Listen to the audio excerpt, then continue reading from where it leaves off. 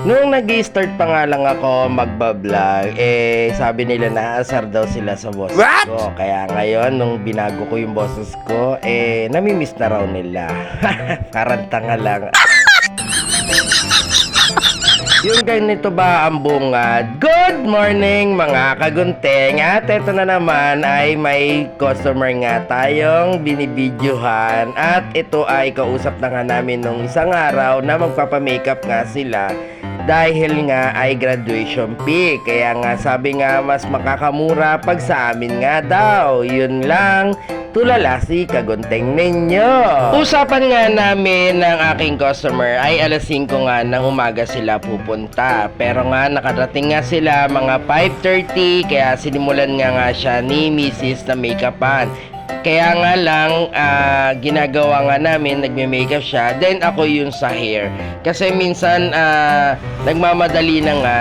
Kailangan din tulungan, di ba? Tutulungan lang tayo. Kasi ang graduation peak niya ay alas 9 daw. Kaya minamadali na nga ho namin. Hindi nga ho namin namalayan na anong oras na rin po pala. Kasi nga may kasama na nga chismisan ang aming ginagawa. Pero sabi nga, kaya nga laging sa amin sila dahil hindi nga sila nahihiya kasi parang nga kaming magkakamag-anak o magkakapatid na dito sa pagupitan, yung touring nga ho namin, 'di ba? Wow! Silang ituring na customer lang, kaya nga sabi ay pangalagaan at gawin natin yung gusto ng mga customer para pabalik-balik nga lang sila dito at nagugustuhan lahat ng gagawin natin dahil nga sa pakikisama. At congratulations nga po sa inyo! At ito na nga po, hindi na nga ho muna nakapagkape si kagunting ninyo at hindi na nga rin nakaligo. Buti naman ay nagwawash din naman ako sa gabi bago rin ako matulog. At nagkaroon nga rin tayo ng customer na gupit.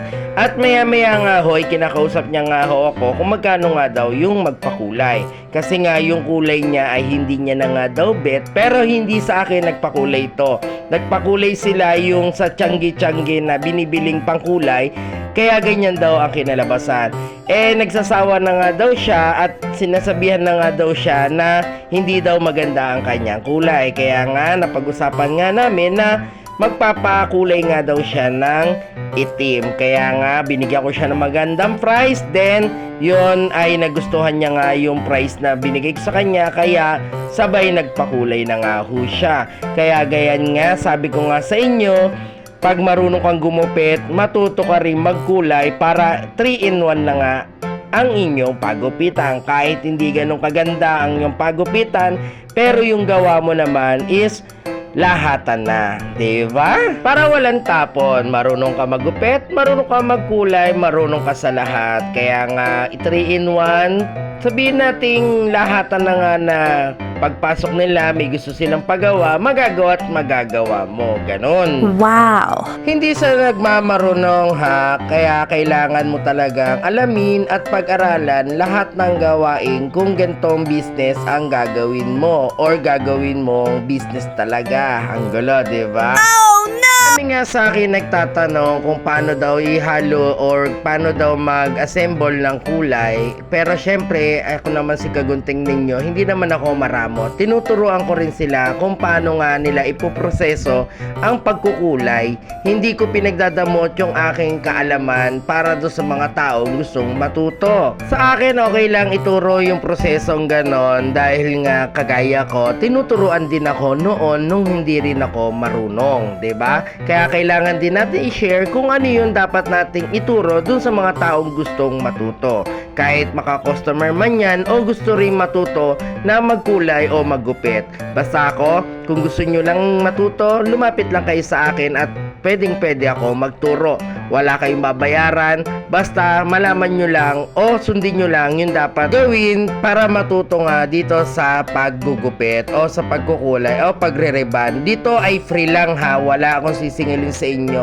Basta wag kayong mahihiya na pumunta dito para matuto. Sa totoo lang, marami na talaga akong naturuan at lahat ng alam ko ay itinuturo ko nga dun sa gustong matuto. Marami na rin naging manggugupit o barbero o hairdresser na dahil sa akin. Syempre, dati siyang manikurista o dati lang siyang yung nagmamassage, tinuruan ko kung paano maggupit o paano magkulay.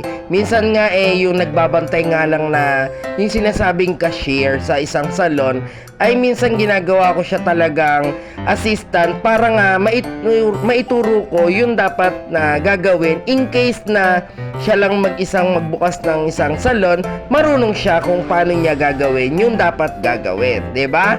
Ganun lang kadali at huwag niyong ipagdadamot kung ano yung natutunan nyo o matututunan nyo pa. Kaya kain po tayo at ayan na nga po ang aming hapunan. Kaya maraming salamat po sa mga nagustuhan po sa aking video. Paki-like and share at mag-comment naman po kayo kung nagustuhan nyo nga ang aking video. Kain po tayo. Maraming salamat. Bye-bye.